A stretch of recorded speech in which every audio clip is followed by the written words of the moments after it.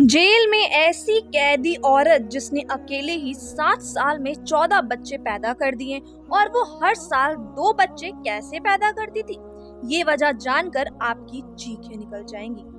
मैं उस औरत की फाइल अपने सामने खोलकर बैठी थी जिसे जेल में हर कोई रज्जो के नाम से पुकारा करता था। कैदी नंबर 248 जिसका पूरा नाम राजिया बानो था।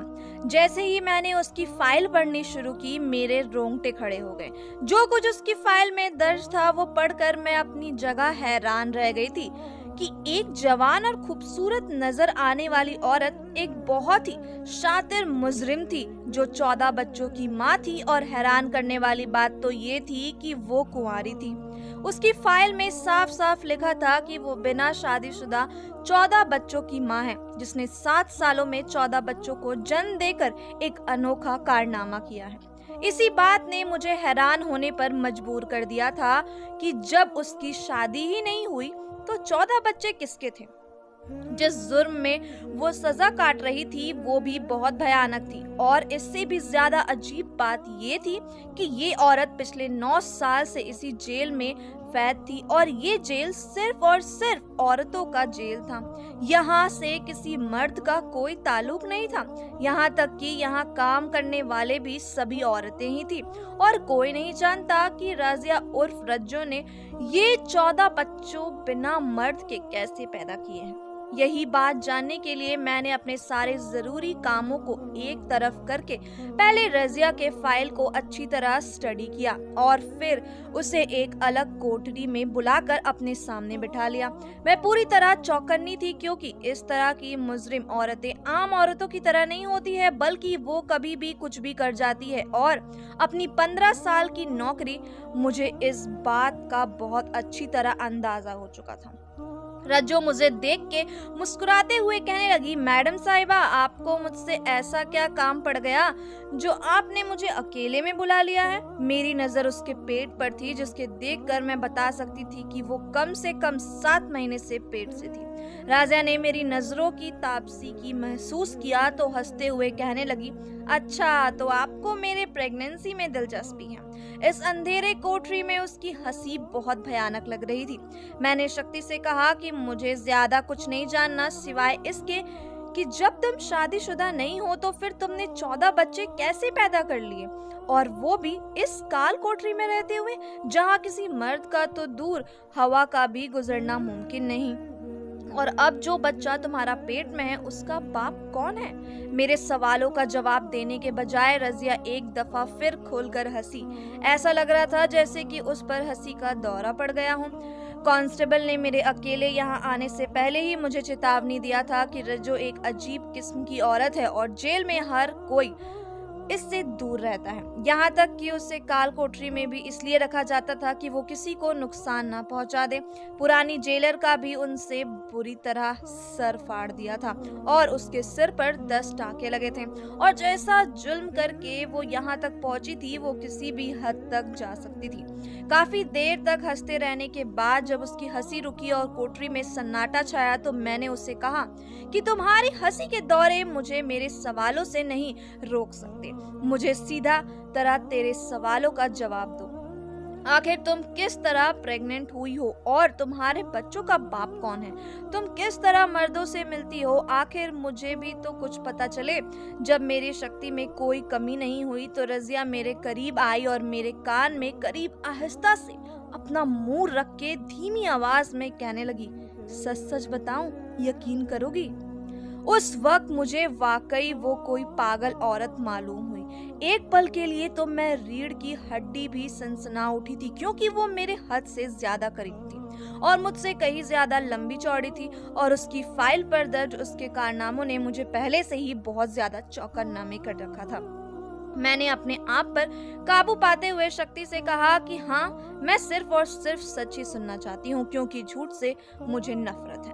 और अगर वो मुझे सच बताएगी तो मैं उसकी जान बख्श दूंगी, वरना उसे मुझसे कोई नहीं बचा सकेगा।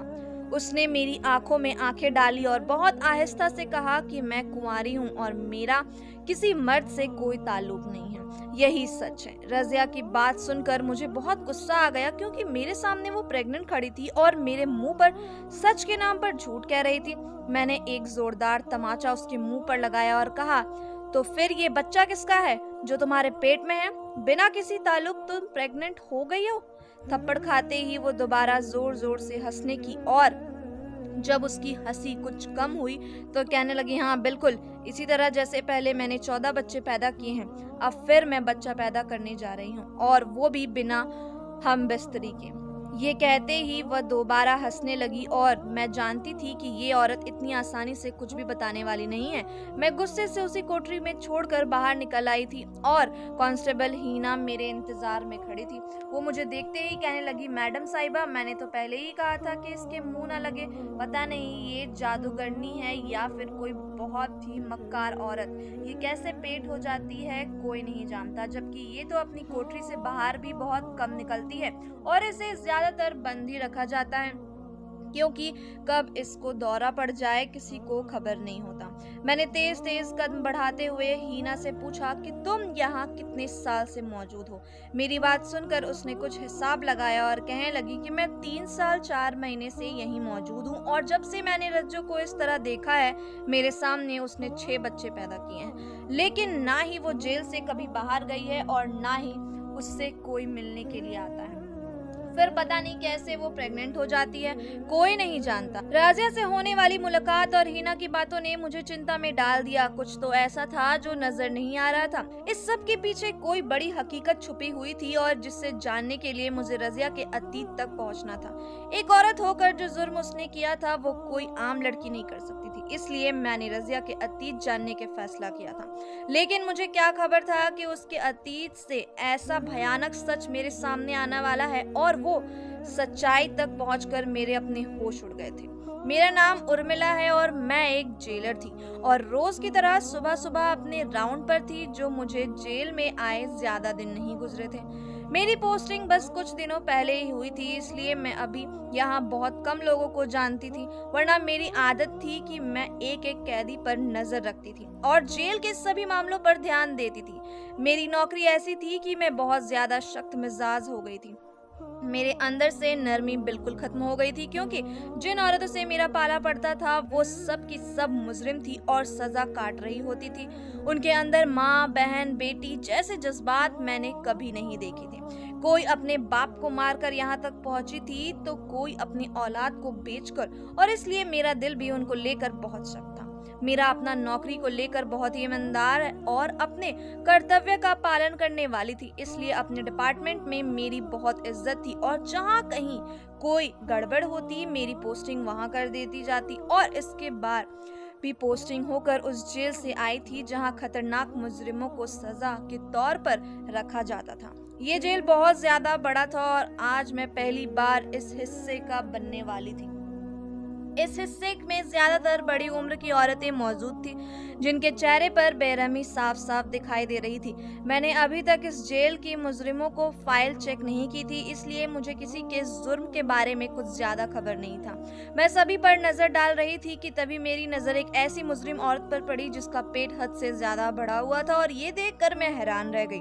और मैंने अपनी पीछे आने वाली कांस्टेबल से पूछा कि इस औरत को क्या हुआ, तो उसने बताया कि ये पेट से है। इतना तो मैं भी जान गई थी कि वो प्रेग्नेंट है, लेकिन इस हालत में वो जेल के इस हिस्से में क्यों मौजूद थी, ये बात मेरे लिए हैरान करने वाली थी। वो कोई 35 साल की खूबसूरत और हसीन औरत थी, जिसके चेहरे पर जख्म के निशान बता रहे थे कि वो कोई बड़ा गुनाह करके यहाँ तक पहुंची है, जिसके निशान आज भी उसके चेहरे पर है। आमतौर पर मैं पहले ही नजर में मुजरिमों को अच्छी तरह जान लिया करती थी, लेकिन कभी कभी कुछ चेहरे पहली नजर में समझ नहीं आते थे, और उस औरत का चेहरा भी ऐसा ही था। मुझे लगा कि शायद वो कुछ दिनों पहले ही यहाँ आई है। यही सोचकर मैंने उससे पूछा कि तुम्हें यहाँ आए कितने दिन हो गए हैं, और कौन सा जुर्म करके तुम यहाँ पहुंची हो? कम से कम अपने पेट में पलने वाले बच्चों को कि क्या ख्याल कर लेती। मेरी बात सुनकर वो जोर से हंसी और कहने लगी कि मैं तो पिछले 6 साल से यहाँ मौजूद हूँ। अब तो मुझे अपना जुर्म भी याद नहीं रहा। उस औरत की बात सुनकर मैं दंग रह गई और कांस्टेबल से कहा कि क्या ये सच कह रही है? अगर ये 6 साल से यहाँ है तो फिर ये बच्चा किसका है? क्योंकि ये तो औरतों की जेल है और बिना मर्द की ये गर्भवती कैसे हो सकती है? मेरी सवाल के जवाब में कांस्टेबल ने कुछ भी नहीं कहा और वो मेरे पीछे ऐसे चुप खड़ी रही और जैसे ही उसे खुद भी इस बात की खबर ना हो।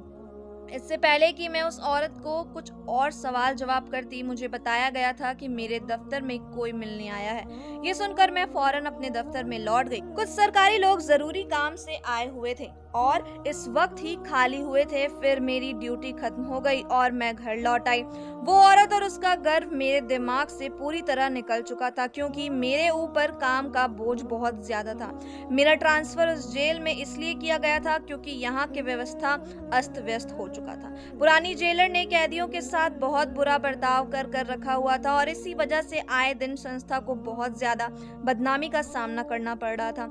वो वाकई यहाँ आने के बाद मुझे एहसास हुआ कि यहाँ सब कुछ उल्टा फुल्टा किया हुआ है और कोई भी चीज अपनी जगह पर नहीं है। यहाँ तक कि कैदियों की उचित खाना उन्हें नहीं मिल रहा था और ना ही उनके घर वालों से उन्हें मिलने का कोई खास इंतजाम था। कैदियों को इंसानों की तरह नहीं बल्कि भेड़ बकरियों की तरह रखा गया था। एक एक जेल में 12-12 औरतें बंद थी।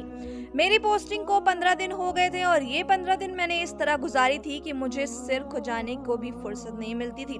और आज भी मैंने इतना थक गई थी कि मेरे दिमाग से निकल ही गया कि आज मेरे इकलौते बेटे की जन्मदिन है। मैं घर लौटी तो मेरा बेटा मेरे इंतजार में बैठा था। उसके चेहरे पर नाराजगी के भाव मौजूद थे, इसलिए मैंने उसे गोद में उठाया और सॉरी कहा कि इतनी लेट हो गई हो। मेरी सास और बेटा अच्छी तरह मेरी नौकरी को जानते थे, इसलिए कोई भी ज्यादा देर मुझसे नाराज नहीं रहते थे। मेरा बेटा भी जल्दी मान गया और हमने बहुत अच्छी तरह उसकी जन्मदिन मनाई। मेरा बेटा मोहित मेरा इकलौता बेटा था जो बहुत ही मन्नतों और प्रार्थनाओं के बाद पैदा हुआ था, इसलिए उसमें मेरी जान बसती थी। मैं अपनी नौकरी में कितनी भी बिजी क्यों ना हूँ, मोहित के लिए हमेशा वक्त निकाल लिया करती थी। आज भी बहुत ज्यादा थके हुए थी, बावजूद मैंने बहुत शानदार तरीके से जन्मदिन मनाई। रात के थकी हारी जब मैं सोने के लिए लौटी तो अचानक ही मेरे दिमाग में उस औरत का चेहरा चला आया जिससे मैं सुबह सुबह मिलकर आई थी। मैं उसी के सोच में थी कि मेरे पति कहने लगी कि क्या बात है, रात के इस समय में आपके पास हमारे लिए वक्त नहीं है। उनकी बात पर मैं मुस्कुरा उठी। ये सच था कि उन्हें बहुत कम वक्त देती थी और वो बहुत अच्छी तरह मेरे काम के जिम्मेदारी को समझते थे। ये बात कहने लगे कि इतने सालों में हम सिर्फ एक बेटे के माँ बाप हैं।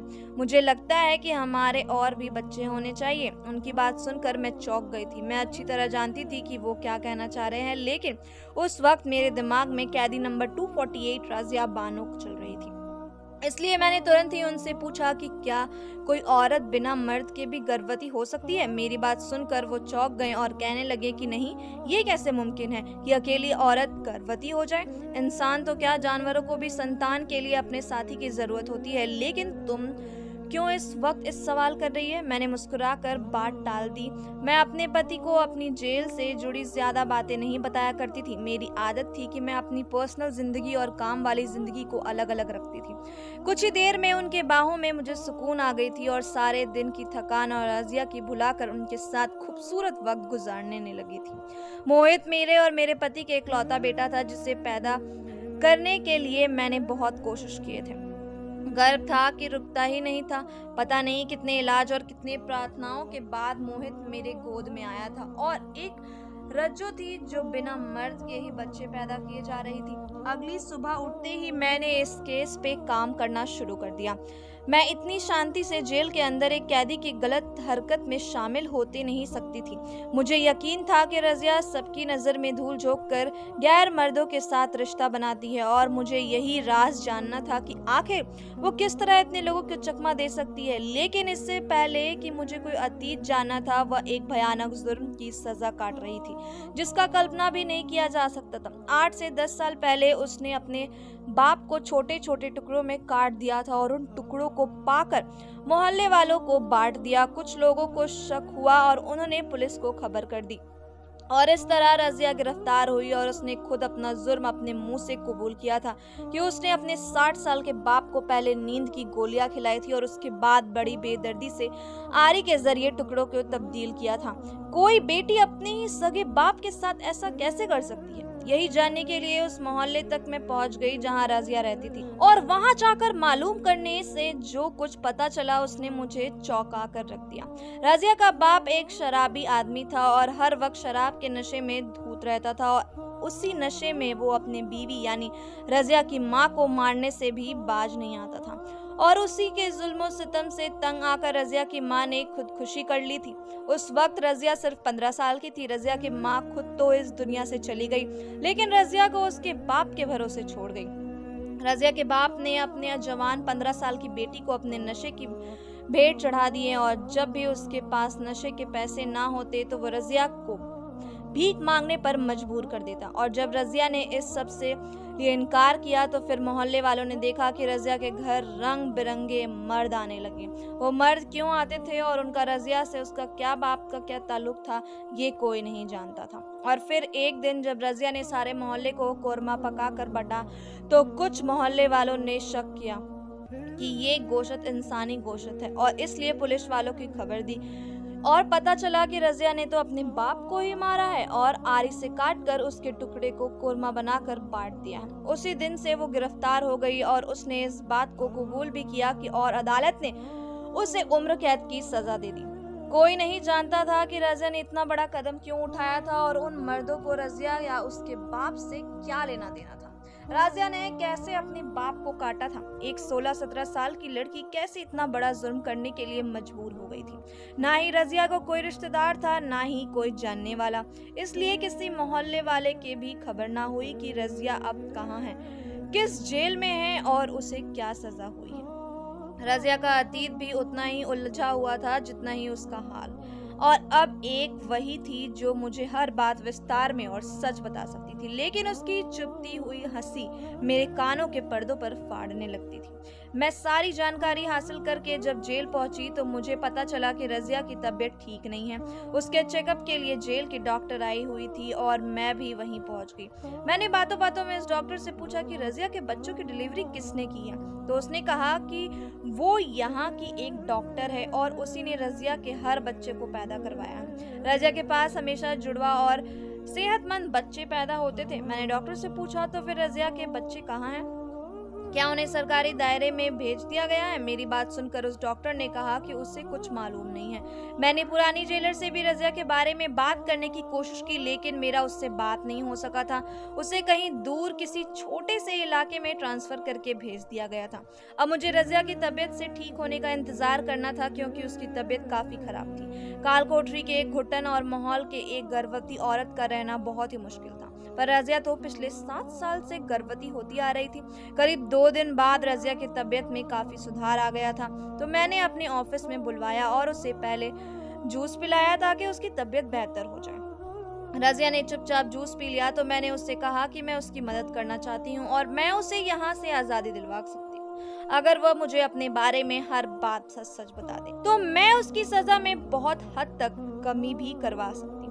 रजिया ने अजीब सी नजरों से मुझे देखा और कहने लगी कि वो जेल की 4 दीवारें से बाहर जाने नहीं चाहती, क्योंकि बाहर की दुनिया में उसके लिए कुछ भी बाकी नहीं बचा है।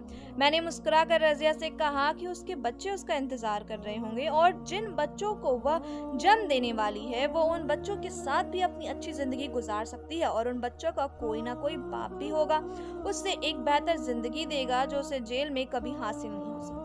रजिया ने नम आंखों से मेरी तरफ देखा और कहने लगी कि आपको मेरी बात पर यकीन क्यों नहीं आता?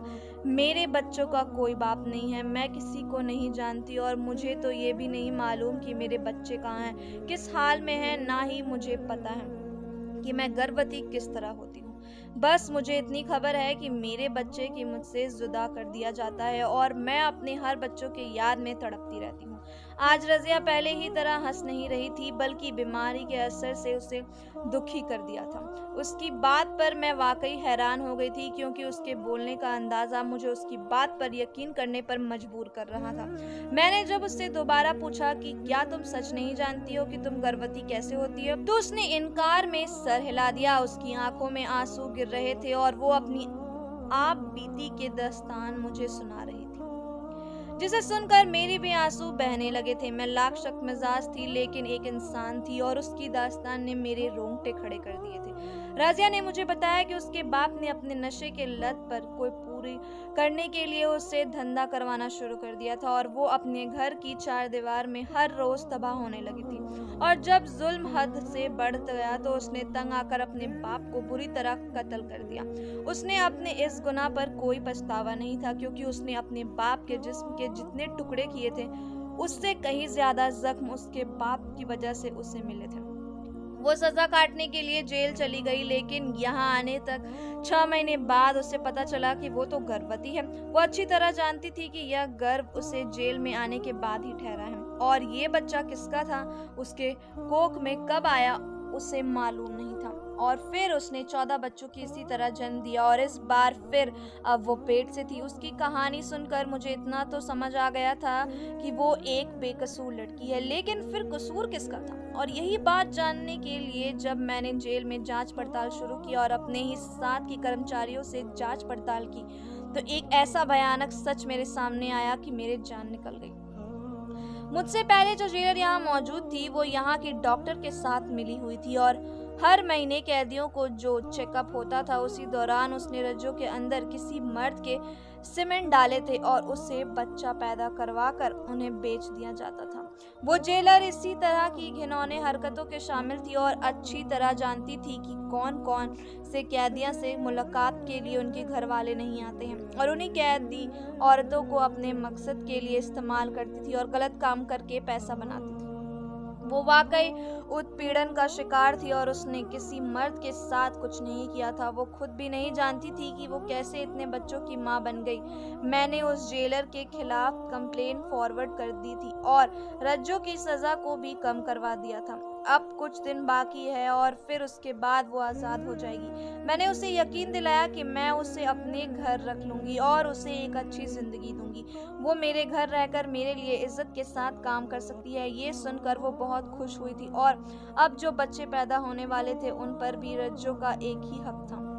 मैं अब उसको उन बच्चों से जुदा नहीं कर सकती थी। क्या आप लोगों को लगता है कि मुझसे पहले वाली जेलर को उसकी इस जुर्म पर कोई सजा होगी, या फिर वो अपनी वर्दी की वजह से कानून से गिरफ्तार से बच जाएगी? क्या आप लोगों को जेल की जिंदगी के भयानक सजाओं के बारे में कुछ पता है? कमेंट सेक्शन में जरूर बताएं। धन्यवाद दोस्तों।